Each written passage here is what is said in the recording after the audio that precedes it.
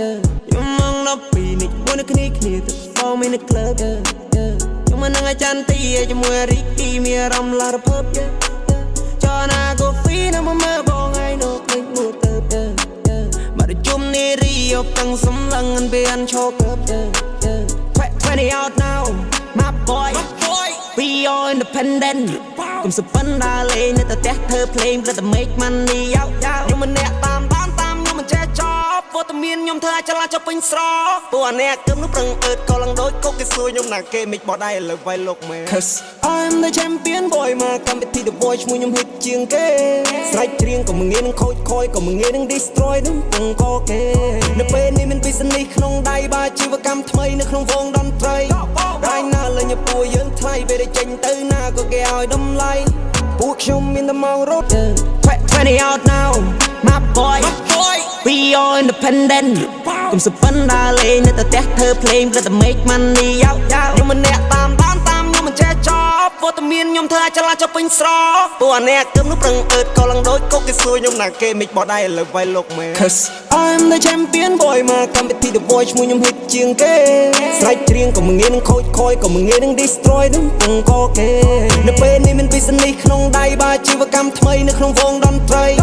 តែណាលេងពួកយើងថ្លៃពេលចេញទៅណាក៏គេឲ្យតម្លៃពួកខ្ញុំមានតែមករលុយមានពេលទំនេរដូចចាំមើលហុងសុយមកក្រោយគេទៅពួកយើងហត់ស្ទុយ credit ឡើងខ្ពស់គេឈ្មោះឡើងឈ្ងុយពីមុនគេខ្ពើមបនគុំអ្នកសប្បាយណាស់ទេ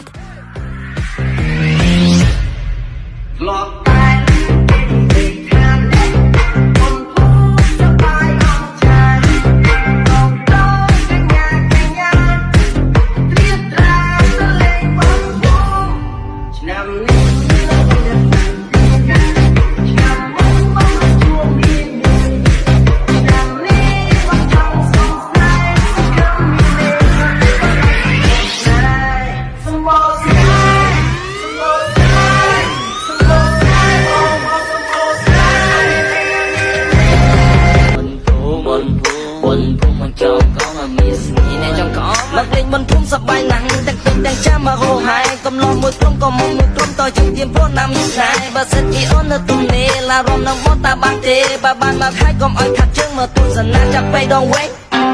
ពិតជាលយមែនតែបនភូមិឆ្នាំនេះថ្លៃ2ឆ្នាំមុនបងប្អូនមកលេងរាប់សែនឥឡូវបងបានជួបពិសីគួរឲ្យស្រឡាញ់ណាស់ថ្លៃចាំបងនាំអូនទៅមើលលក្ខខណ្ឌជាគេនៅពេលរាត្រីជាមួយកំឡោះសម្បូរស្នេហ៍